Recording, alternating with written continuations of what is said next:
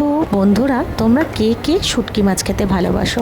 আমরা বাঙাল, আমরা তো শুটকি মাছ খাই। তো এই মাছটা দুদিন আগে রান্না হয়েছিল। তো শাশুড়ি মা মাছগুলোকে খুব সুন্দর করে কেটে নিল। শুটকি মাছ না গন্ধ ছাড়ে, মানে যখন কাঁচা থাকে সেই অবস্থাতে, আর যখন একটু গরম জলে ভাপানো হয় তখন, তারপরে যখন ভালো করে ধুয়ে নেওয়া হয় না, আর গন্ধ থাকে না। এই মাছ খাওয়া কিন্তু ভীষণ উপকারী। তো আমরা আজকে সবজি দিয়ে করব।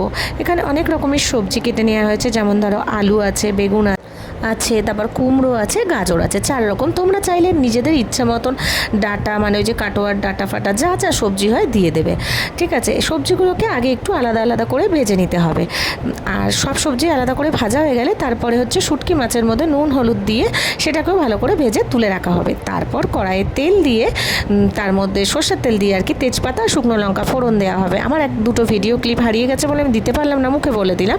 তারপরে আমি যে মশলা করেছিলাম, পেঁয়াজ, আদা, রসুন, কাঁচা লঙ্কা, ধনের গুঁড়ো, জিরের গুঁড়ো দিয়ে পেস্ট, সেটা দিতে হবে। আর কিছু টমেটো কেটে ওর সাথে কষাতে হবে। হলুদ, কাশ্মীরি লঙ্কার গুঁড়ো, নুন, তারপর একটু মিষ্টি স্বাদের জন্য সব কিছু দিয়ে তারপরে একটু কষে গেলে তখন কিন্তু সবজিগুলোকে দিয়ে আবারও কষাতে হবে। এই ভিডিও সামনে কয়েকটা ক্লিপ ডিলিট হয়ে যাওয়ার কারণে আমি তোমাদের ওটা দিতে পারলাম না, নেক্সট ভিডিওতে আবার দিয়ে দেবো, কিন্তু মুখে বলে দিলাম কিন্তু।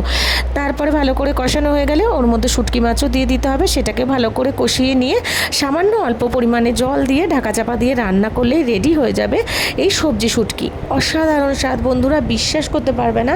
এটা দিয়ে 1 থালা ভাত তোমরা নিমিষেই খেয়ে নিতে পারবে যারা শুটকি খাও। আর যারা পছন্দ করো না তাদের আমি জোর করব না। আমিও গরম ভাতের সাথে শুটকি মাছটা খুব মজা করে খেলাম আর তোমাদের সঙ্গে শেয়ার করলাম। কেমন লাগলো অবশ্যই কমেন্ট করে জানিও। সবাই খুব ভালো থেকো, সুস্থ থেকো। আবার নতুন রান্নার ভিডিওতে দেখা হচ্ছে খুব শিগগিরই। তারপর তোমরা কিন্তু কমেন্ট করে জানাতে ভুলবে না যেভাবে কে কে শুটকি মাছ রান্না করে খাও, আর কারা কারা শুটকি মাছ ভালো খাও। তবে একটু বিভেদ আছে, অনেকে বলে এদেশীয়রা খায় না, বাঙালরা খায়। কিন্তু এখন অনেক খাবারই যেটা এদেশীয়রা খায় সেটা বাঙালরাও খায়, বা যেটা বাঙালরা খায় সেটা এদেশীয়রা খায়। এখন সব কিছু এক হয়ে গেছে। তো কেমন লাগলো জানাতে ভুলো না কিন্তু। টাটা।